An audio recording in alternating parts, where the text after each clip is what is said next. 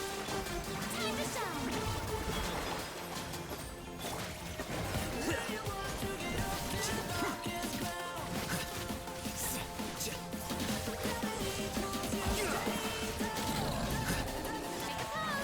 Let the world come on.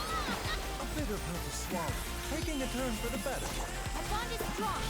The process of elimination.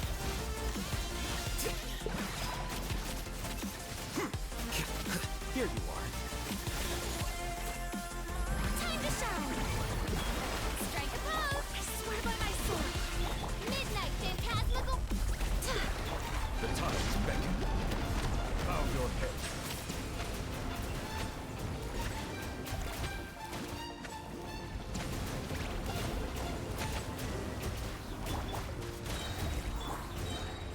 Shower me with praise.